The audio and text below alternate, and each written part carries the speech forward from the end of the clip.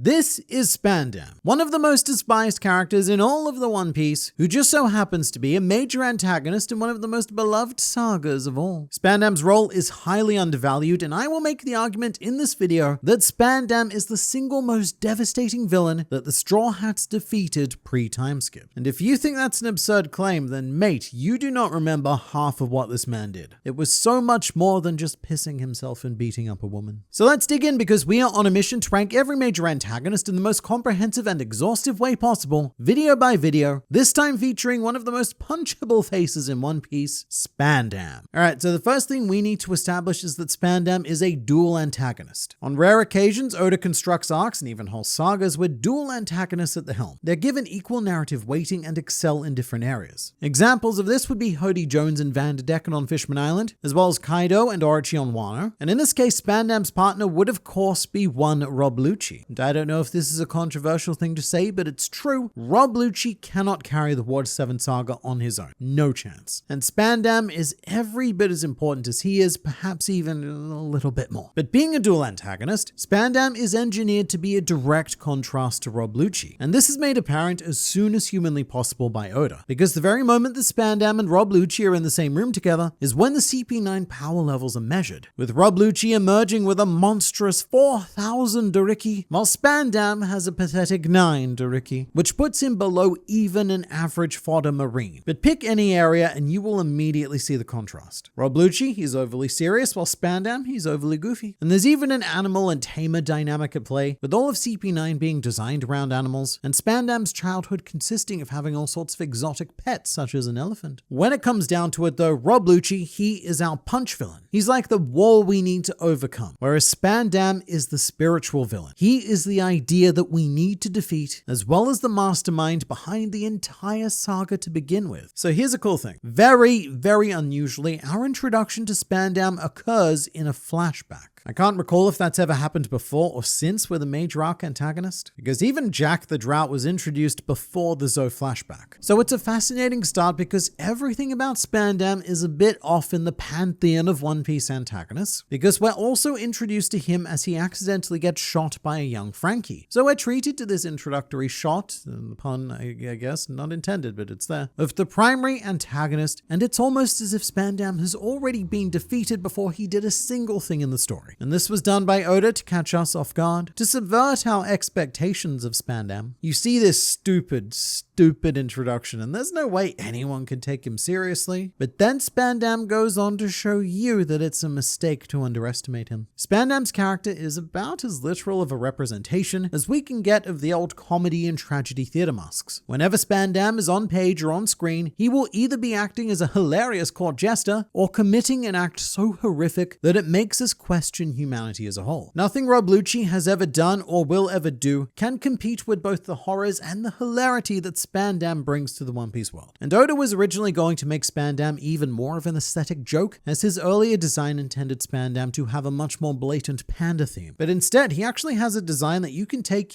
semi-seriously. And I actually think that if Spandam could battle fight on the level of Rob Lucci or even, a Kaku, then he would be incredibly popular with the fan base. But one of the major aspects of Spandam is that he was shockingly capable as a major antagonist. Spandam, on his own, researched the history of Water 7 and came to the conclusion that Tom had the blueprints for the ancient weapon Pluton. Spandam did that, and the 5 Elder Stars then put Spandam in charge of acquiring these blueprints. He spoke to the 5 Elders directly, which then became part of an operation that spans the better part of a decade and was directly responsible for the events of the entire Water 7 saga. And for that matter, Spandam then goes on to be promoted to the director of CP9, as well as the effective leader of all of Enies Lobby, which puts Spandam in a very exclusive trio of facility heads, rubbing shoulders with the chief warden of Impel Down and the fleet admiral stationed at Marineford. Furthermore, Spandam was also trusted with the power of a buster call, something that only admirals and above have access to. So this might be a bit of a stunning statement, but Spandam may very well be the single most powerful and or influential individual that the Straw Hats face pre-time skip. Remember, when we talk about power, we're not just talking about, physical punch fighting power. We're talking about the power to press a golden snail and destroy an island. Because it's absolutely mind-boggling to to think of the position that Spandam held. He's weak, he's petty, he's straight up a joke most of the time, and that is the strength of this character, because you never expect anything of substance to come from him. So in those moments where all of a sudden substance emerges, it hits real hard. So much harder than characters that you expect it to come from. And a phenomenal example of this is Frankie's Flashback, where Spandam commandeered and used the battle Frankies to frame Tom and his workers, which resulted in Tom's execution. And just look how smug our Spanda is about it. And fair, why shouldn't he be? It was a perfectly thought out and well executed plan. Spandam is legitimately dangerous, and he's feeble proof that you don't need physical power to be a force in this world. Although Spandam himself is well aware of what he lacks in terms of said power, which is why he always makes sure to keep a well-stocked battle entourage, which is very much key to Spandam's motivations. What Spandam wants is to become a hero of the world. He wants to become the next Garp, but in his own twisted way. But lacking that raw power, he needed to adopt a smaller scale Kaido method. So what Spandam wanted was a small scale army of elite agents. Spandam tirelessly worked towards building the strongest team of fighters he possibly could in order to further his goals, recruiting from the best of the Cypherpol program, and even giving his agents devil fruits, which I need to emphasize is not an easy thing to do. Jabra even sees this and he is shocked. Director, how did you get 2 devil fruits? Where did you find them? To which Spandam eerily replied that he has connections and to consume the devil fruits for future battles. Finding devil fruits, it is not easy, which is why Kaido had to resort to making them artificially. And Spandam isn't stupid either. He looks stupid, he sounds stupid, he acts stupid, but he is not that. And there is a point where he orders CP9 to kill the Straw Hats, but only once they enter the Tower of Justice to ensure that he remains protected at all times. Spandam is an abhorrent coward, but he's not a dumb coward. And I think it's particularly impressive when you realize that Spandam is the chief antagonist of not only Frankie's story, but also Robin's. This dude is the lead architect of 2 Straw Hat tragedies. And there is this fantastically ominous line that I love that Spandam says during the Sea Train section. The world may be wide, but the only 2 humans who have the key to reviving that ancient weapon are on the Sea Train as we speak and on their way to me. Which is an absolutely bone-chilling line. If that had been said by someone who could,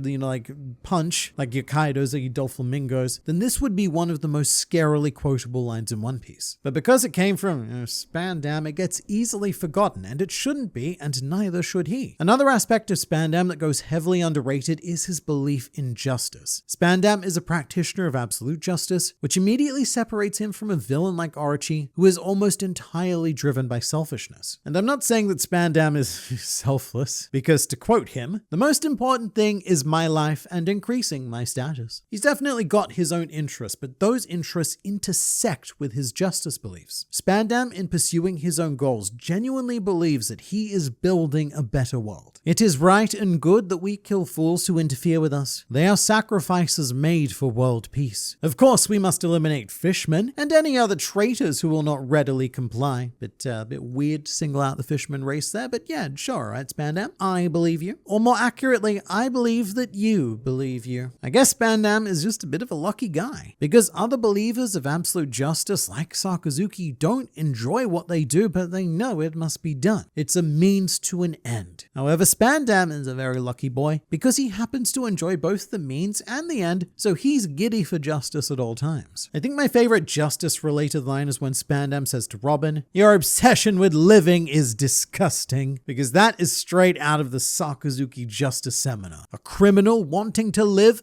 Disgusting. But Spandam is a devout follower, and I think his modern reintroduction during the Water 7 arc really emphasizes that, as Oda then elected to draw Spandam as a genuinely menacing presence, with the true artistic gravitas of what we've come to expect of One Piece antagonists. Although that impression fades pretty quickly as well, because let's talk about comedy. As I said previously, half the time Spandam is a court jester, and one of my favorite Spandam scenes in the series is him eating lunch after Robin has been captured, and he says, "This is the best break ever," and then he starts monologuing about his evil plan whilst being sucked off by an elephant. Then there's also a part during Frankie's flashback where Spandam knocks a can of paint onto his head, and the fact that his subordinates have no respect for him and also deliberately mess with him for fun. Like the series of gags where Califer is constantly accusing Spandam of sexual harassment for saying her name responding to her statement, and my my personal favorite, just the very fact that Spandam exists, which even led to an iconic piece of fan art depicting a fictional fourth accusation. And Spandam's subordinates also enhance his comedy by being complete whack jobs themselves. Specifically the trio of Kumadori, Jabra, and Fukuro, whose collective incompetence actually makes Spandam look like an incredibly decent leader by comparison. Which he is. Spandam, honestly, he's not a bad leader. But considering all of the horrible things he's done, and yeah, we're gonna get into those, he really shouldn't be as funny as he is. But he is. Spandam is this bizarre source of comedy gold in One Piece. And sometimes the official English translation even unintentionally makes him sound funnier. Like that time when he ordered CP9 to, quote, rub out 3 people. And who knows, maybe Spandam meant what I read, but I think it would be a gross misuse of world government resources if so. But all allusions to jerking off aside, Spandam is one of the more notoriously sadistic antagonists who borders on world noble qualifications and sadism. So he's got this particular maneuver he likes to pull, I call it the Spandam, and what he does right is he steps on people's heads when they're down. Usually when they're tied up as well. He did it to Tom, he did it to Frankie, and of course he did it to Robin. Spandam is one of the types of people that I dislike most in this world, which is a sore winner. Every time he's in an advantageous position, which is most of his run as a villain, he just has to keep rubbing it in. He needs you to know that he, Spandam, has won and you, loser, have lost. To the point where I'm sure he's written it on his boot and he is forcing your face to read it as he kicks you into the floor. However, it is undeniably Robin who primarily suffers, and her time with Spandam is what the fan base remembers him for most, which, to remind everyone who already remembers, began with Spandam saying, "From now on, you will know suffering that will make you wish you had died many times over. I'm going to torment you and use you and throw you into the sea. That's how grave your crimes are." And I should point out that when he says he'll use her, Spandam is referring to her knowledge, not, her body. Because just like making the comedy line unintentionally funnier, the official English translation also sometimes unintentionally makes his tragedy sound so much worse. Because that line can be read as Spandam saying that he intends to full-on R-word Robin. But Spandam has generational ties with Robin as well, because it was his father Spandine, who commanded CP9 during the Ohara incident, that initiated the Buster Call. Yes, Sakazuki, he may have led the destruction and personally committed the genocide, but it was Spandine who gave that order. So Spandam is far more than just a dude who repeatedly beats Robin up. Spandam is the terrifying specter that has haunted her for 2 decades. And really, no family has done more damage to the Straw Hats than Spandam and his father, because together they caused 2 whole flashbacks. And then there's the mask. What seems like a bit of a superfluous design is actually directly inspired by the WWE wrestler Mankind, which could not be a more appropriate choice because Spandam is meant to be the personification of Robin's enemies in the Water 7 saga. And since the whole world is against her, that would make Robin's enemy all mankind. On multiple occasions, Spandam even uses that one specific word. He says that we are working for the peace of all mankind and such. So I don't think this mask is coincidental. And as a side note, Mick Foley, the performer who portrayed Mankind, found out about Oda's tribute in 2015 and tweeted, "Gimmick infringement? ?